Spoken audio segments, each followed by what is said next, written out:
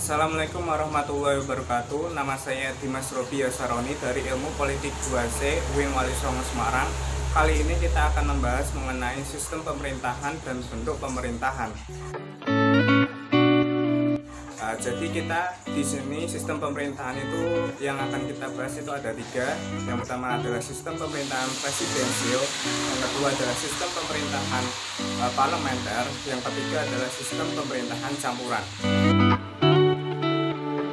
Sistem pemerintahan presidensial. Sistem presidensial itu merupakan suatu sistem pemerintahan negara republik yang mana kekuasaan eksekutif itu dipilih melalui pemilihan umum dan dibedakan oleh kekuasaan legislatif.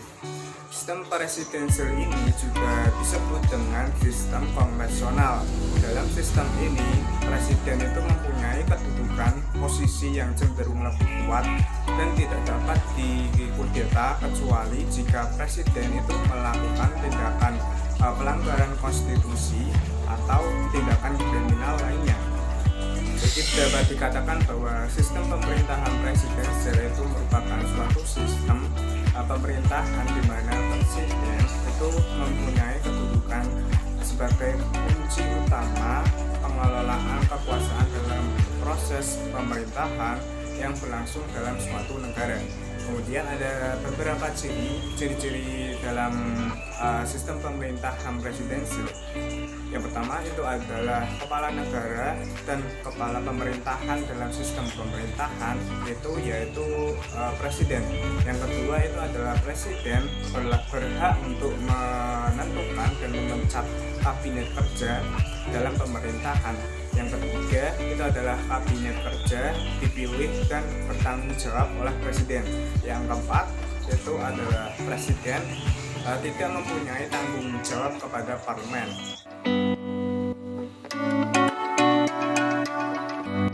Yang kedua itu adalah sistem pemerintahan parlemen. Sistem pemerintahan parlemen itu yaitu sistem pemerintahan di mana parlemen itu memiliki peran penting dalam suatu pemerintahan. Dalam hal ini parlemen itu mempunyai wewenang untuk menunjuk perdana menteri dan parlemen dapat menggulingkan pemerintahan itu sendiri, yaitu dengan cara mengeluarkan semacam suara tidak percaya. Di dalam sistem parlemen ini, presiden dan perdana menteri itu bertanggung jawab atas penyelenggaraan pemerintahan. Dalam sistem presidensial, presiden itu diberi wewenang untuk menjalankan pemerintahan, tetapi dalam sistem parlemen, presiden itu hanya merupakan simbol kepala negara. Kemudian ada ciri-ciri sistem pemerintahan parlemen. Yang pertama itu adalah adanya pemisahan antara kepala negara dan kepala pemerintahan. Namun tidak ada pemisahan antara kekuasaan eksekutif dan legislatif. Yang kedua itu adalah badan legislatif adalah satu-satunya badan yang dipilih oleh rakyat melalui pemilu. Yang ketiga itu adalah kepala pemerintahan itu lebih kepada parlemen. Yang keempat itu adalah pemerintah bertanggung jawab kepada parlemen dan dapat bertahan selama ia mendapat dukungan mayoritas anggota parlemen. Jadi parlemen itu dapat menggulingkan kabinet kapan saja jika mayoritas anggota parlemen itu mengajukan mosi tidak percaya kepada kabinet.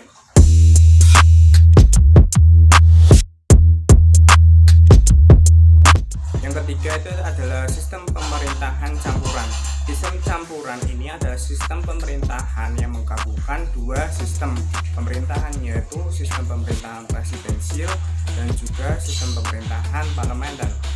Sistem campuran itu memberlakukan sistem rakyat yang memilih presiden, sehingga presiden memiliki kekuasaan yang kuat bersama dengan perdana menteri yang ada. Sistem pemerintahan campuran ini juga disebut dua eksekutif atau eksekutif ganda. Meskipun di Indonesia ini yang memiliki sistem pemerintahan presidensial juga dipengaruhi oleh sistem pemerintahan parlementer, namun Indonesia itu tidak dapat dikategorikan sebagai negara dengan sistem pemerintahan campuran. Itu Itu karena secara resmi sistem pemerintahan Indonesia sendiri itu adalah sistem presidensil.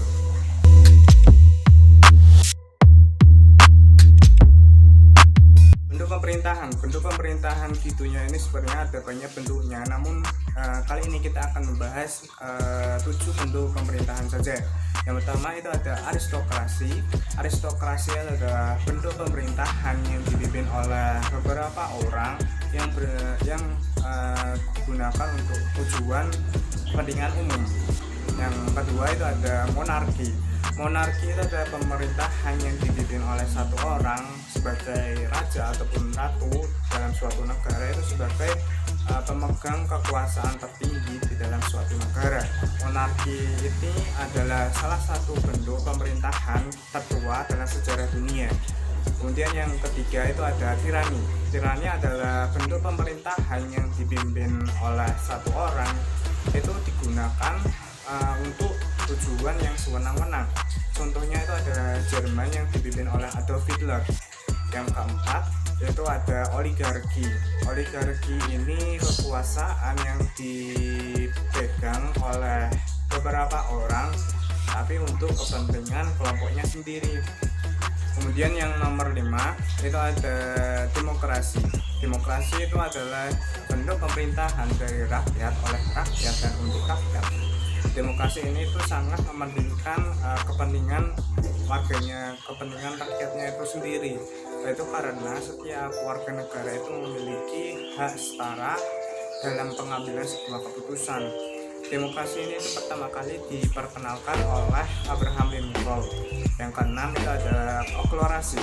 Oklerasi itu adalah bentuk pemerintahan yang menggunakan kekuasaan dengan senjata dalam jumlah besar, itu yang terjadi ketika suatu negara itu berada dalam kondisi anarki. Contohnya pada tahun 1930-an itu Amerika hampir saja masuk ke dalam kategori ini, karena pada waktu itu di mana keluarga mafia itu mengendalikan negara secara ilegal dan inkonstitusional. Kemudian yang ketujuh kita ada federasi.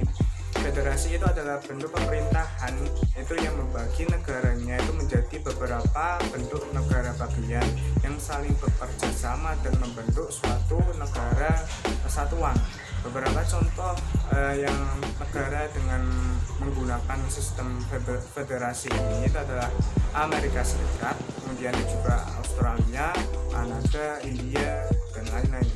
Demikian penjelasan saya mengenai sistem pemerintahan dan juga bentuk pemerintahan.